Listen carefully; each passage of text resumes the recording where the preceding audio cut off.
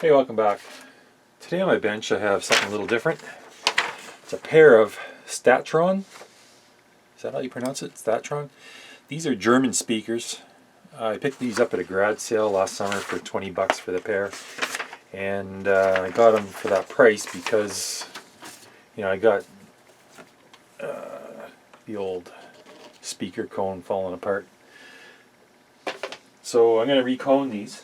And just so before you click the button to navigate away from this, this isn't going to be a video about reconing because I've never done a recone before and this would be my first attempt, so I don't think I want to videotape it and have you guys laughing at me. But what I'm going to do is recone these and get them working again.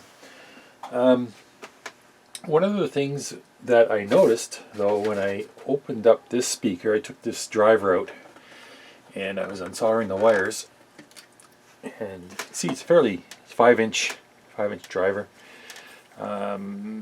These are rated at 25 watts more or less, and according to the spec sheet they go by volt amps instead of watts, so 25 watts or 25 volt amps, I think that's Hostenblasenbarket, I think that's peak. Sorry for butchering your language. These are 4-ohm speakers and not the 8 ohms, and they have a fairly good frequency response, 45 hertz to 22,000 hertz, so it's pretty good. The efficiency is really not there, 86 decibels, but you can't have everything. And hey, they're a nice compact bookshelf speaker, and the more I look at them, the more I think I stumbled across a real nice design here, a nice speaker, just because of what I found inside here. I was looking at the crossover network, and let me get the camera off the tripod and show you. So you have a look inside there. They got quite the crossover network for a simple two-way speaker, which leads me to believe that they put a little bit of effort into the engineering of this thing. It's got a light bulb as a current limiter device. So I imagine if I overdrive these, that light bulb comes on. It's kind of like a,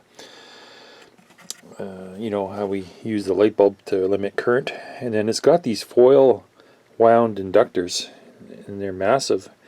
So I don't think they scrimped on any of the design here, especially with the crossover. I was really impressed when I saw this. And but this one has a problem. If you look carefully at this board, you can see it's got a great big crack right through the middle of it, and it's broken in half almost. So I'm going to have to pull that crossover network out and repair it. Otherwise, I don't think this speaker is going to work. So let me get on with the reconing. I'll do that off camera and try and get some of that started, and then we'll pull this board out and see what we can do with it. It should be just a simple matter of gluing it back together and soldering some bodge wires and getting it to work that way. There's only one screw holding it down, and it's, you can't see here, but it's loose, kind of loose in there. I think maybe somebody dropped this speaker and it snapped that board, so let's get it dealt with.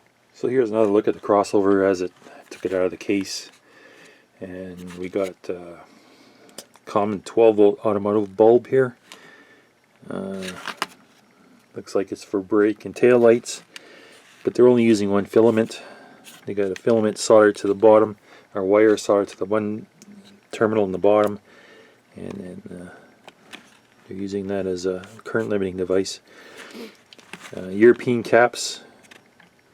I've never seen these brand before, and kind of odd values. This one's 68 microfarads, 47, 22. I guess not.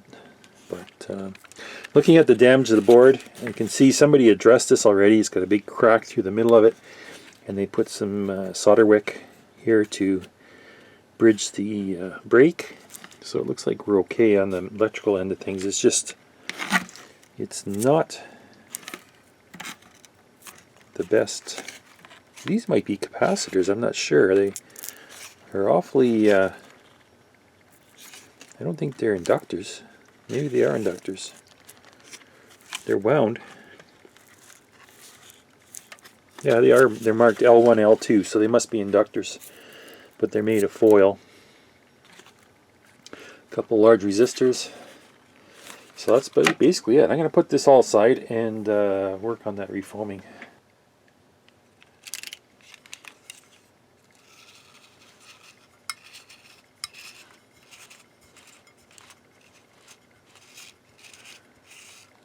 Yeah, there's not much left of this. It just disintegrates. I'm probably doing something wrong here already, making crumbs. I'll have to get a vacuum cleaner out to clean up this mess. But yeah, we'll see what we can do with this.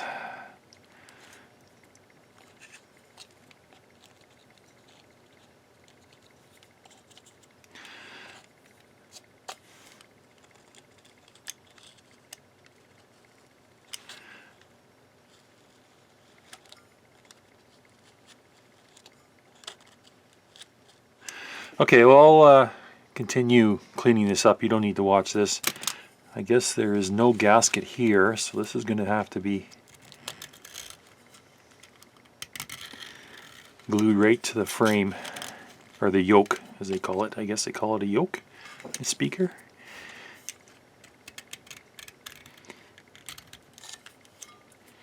Okay, so I'll tune you back in when I got something interesting to look at. So I think I got these cleaned good enough. I know on the outside here I cleaned them.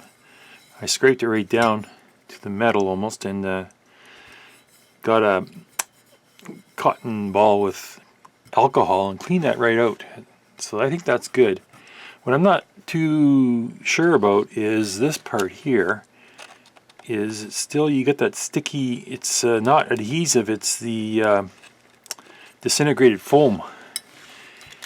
It's kind of a mucky, almost like a tar residue. I don't know if that's good. Leave that behind or not. I don't think I want to take alcohol to these paper cones. If they were vinyl, I would do it no problem, but these paper, I don't know.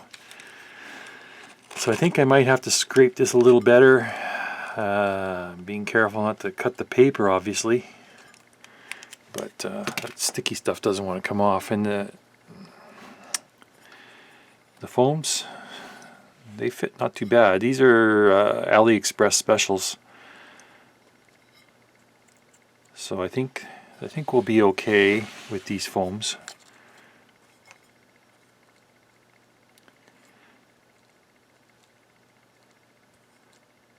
So yeah, let's see how this goes.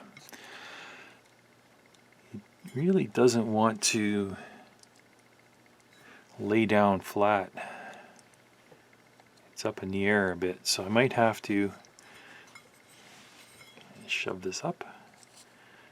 I don't know.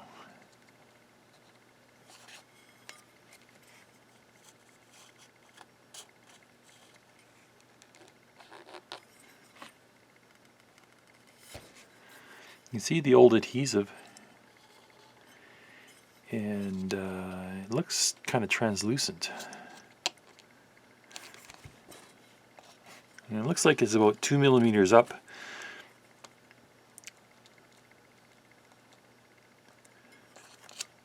So I might try cleaning that. I'll try cleaning that with a Q-tip and some alcohol just to see if that can get any better. I'll take my time. I got nothing but time anyway, so. Well, I did it. I did it and glued them on. I don't know if it's done right or not, so I used tacky glue. And it seems to work okay. I think I should have maybe let the tacky glue, or maybe I used a little too much on some of the spots, but it's... I just go around and push it down like this, and it seems to flow underneath. We're gonna let these dry a bit and then make sure that they're centered. I'm gonna apply a little bit of a DC voltage and get the cone to pop up and down, but I think we're good. Now for gluing this outside rim, I don't know if I can use tacky glue on that as well, or I'm thinking maybe a thin layer of silicone adhesive, like you you know, the stuff I use for pinning capacitors down and stuff like that. I use silicone and anchoring parts. Maybe I'll use, I don't know, I haven't decided yet, so I'll figure that out. So here we are 24 hours later. I let the glue dry and it seems to be holding out okay. I don't see any spots where it lifted, and I gave it a little tug. Let's see here. I was giving it a little tug on the cone, or on the, and it seems to be bonded pretty good. So what I'm going to do now is, after this has been set up for 24 hours, I'm going to just take this screwdriver, lift this lip up, and I'm going to apply glue around the outside edge. This should all be self-centering, and there should be no voice coil rubbing. So I'm going to do that, and I have a lid here from a container. It looks like it's the right diameter. Since there's no there's nothing that's on top of this foam surround to clamp it in place, I'm going to use this. It seems to be the right diameter. After I glue it, I'm just going to put this in here, and then I'm going to set it upside down like that, just to clamp it, so that that glue sets up and it's completely completely grounded there. So I'll do that next, and then give it another 24 hours, and then we can reassemble our speakers.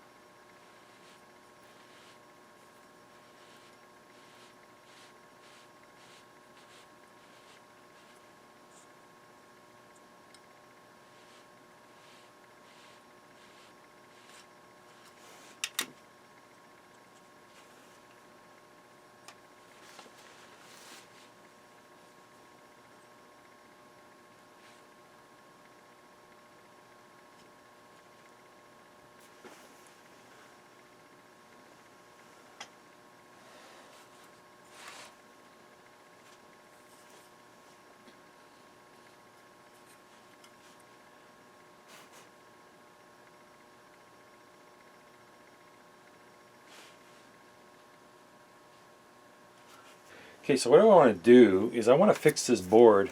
Well, I'm not going to fix it. What I want to do is just reinforce it.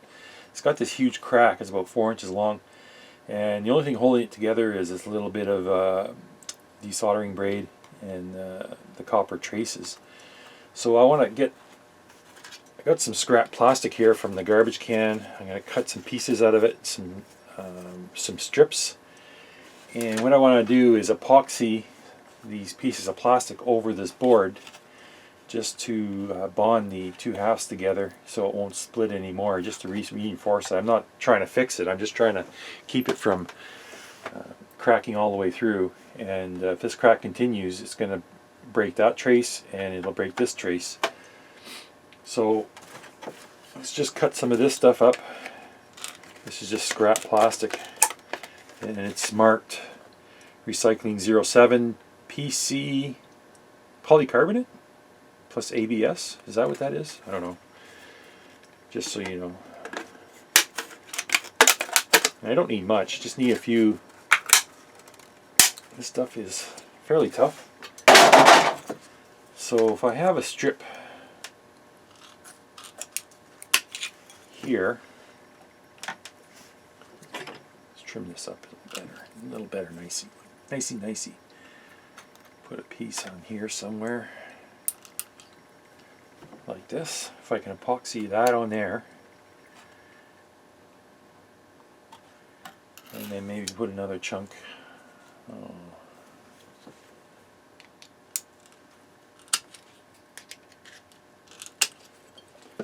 Put another chunk on here, maybe, just to epoxy those two halves together. So let's do that.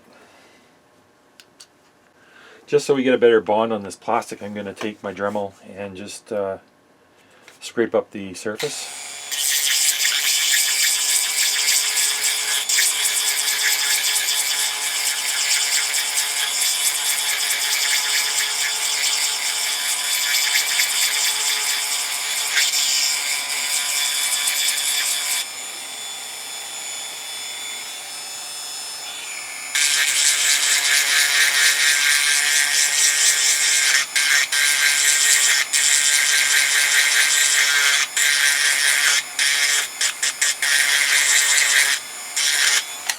It gives the epoxy something better to grip to.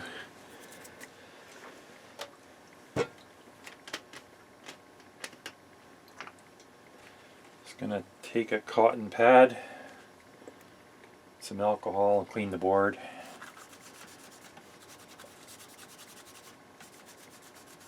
Just so that we get good adhesion. And there's no film in there that's going to get in the way of the epoxy bonding. Pretty dirty, actually.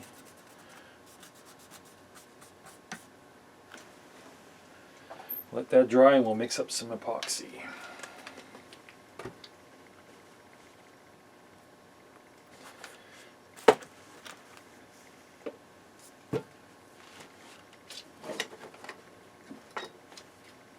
I'll just pull the cotton off at the end of a Q-tip, and that's my stir stick. And we'll mix up equal parts of this. This is System 3, Quick Cure 5. I tried this out. Somebody gave this to me. They didn't want it, so I started using it, and it's actually pretty good stuff. It's a 5-minute epoxy. Doesn't really set up in 5 minutes, but you got about 5 minutes working time, and you just mix equal parts and mix it very good. I'll show you here.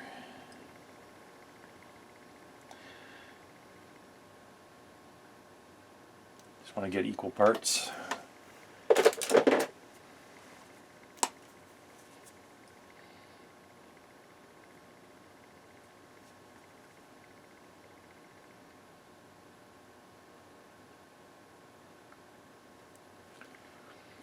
And I don't like the stink of epoxies. It's got that nasty smell. It's got like a peroxide smell.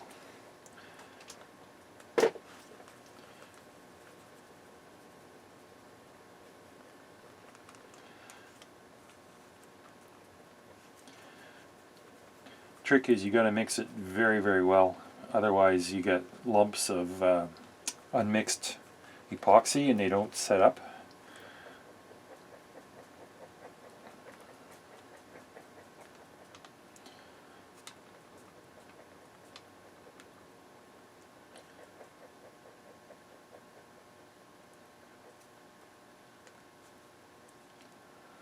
I think we're good now. Okay, so I'll get this one first.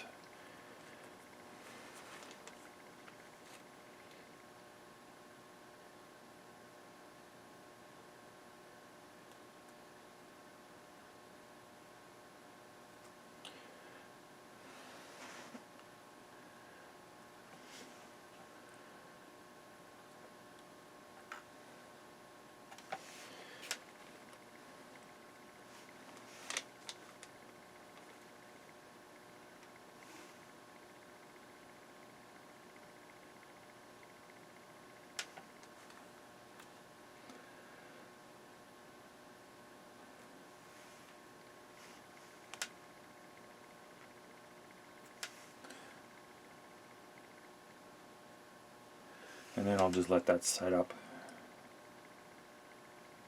I know it's a hack job, but hey, nobody's ever going to see it again. Okay, now that I glued the outer ring of the foam.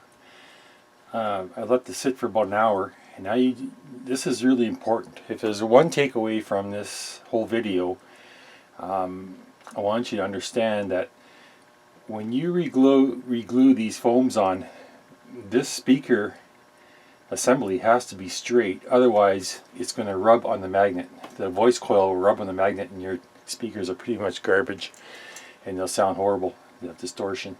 So like I said, if once you glue this, let it set up for about an hour and then just test it, just to make sure that you can push the cone in and you feel and hear no rubbing with the voice coil and the magnet, because there's very tight tolerances in there. And the reason I went and did it the easy way without cutting the protector cap off is because, you know, like I only paid 20 bucks for the speakers to begin with, and I paid another I can't even remember what it was now. It's like $3 I think for the foam surrounds from AliExpress. So I don't have much money invested into this pair of speakers, and you know, if it all goes wrong, I'm not going to cry into my pillow at nights. But if you have a set of speakers that's near and dear to your heart, and you want them done perfectly, I would suggest using the other method where you cut this cap open and flip it over and shim it with paper so that you have perfect centering of your cone before you start gluing. Otherwise, you could end up with a scrapey noise or a buzz or a distortion in your music.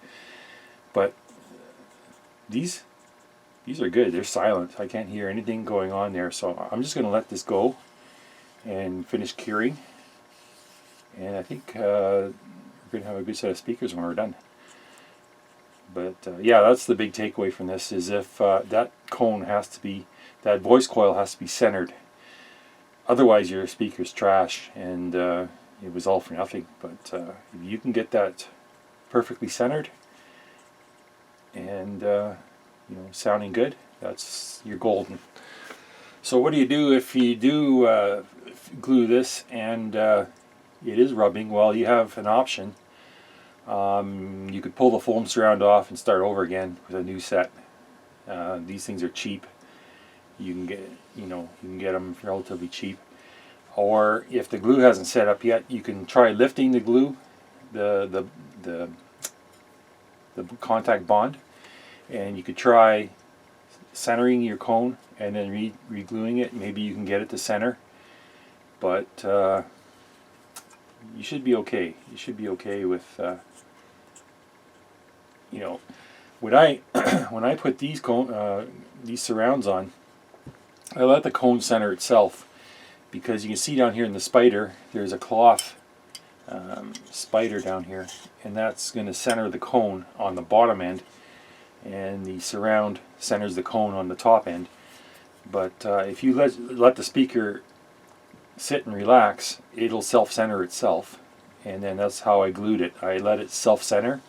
I glued this side, the inside first, and I let it self-center and relax, and then I glued the outside. And it seems to be working pretty good. There's no scraping. Alright, so I got, this is now 2 days later. I let these set up for probably 48 hours after I finished gluing them.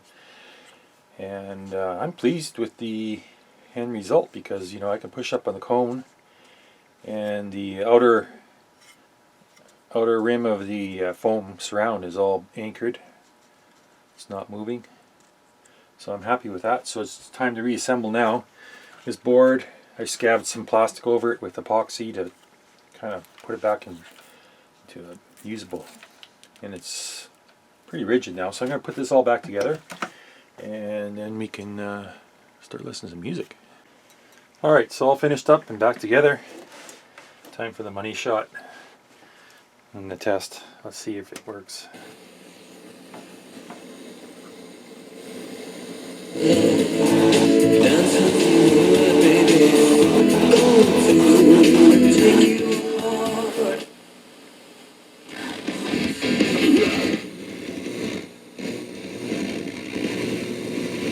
Well, this FM tuner is horrible. I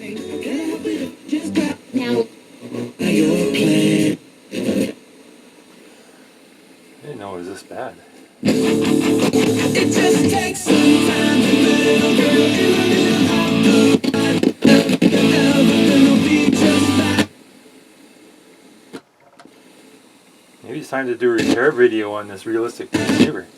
Listen to this thing. It's a piece of junk.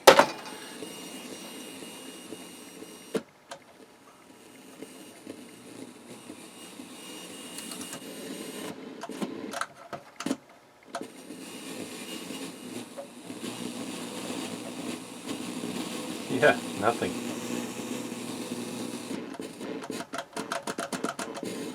I think it's time to do a repair.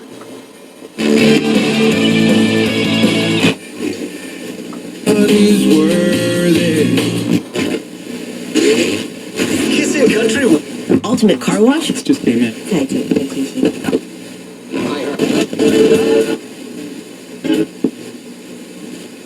It's popping in and out like there's a bad connection inside or a bad solder joint.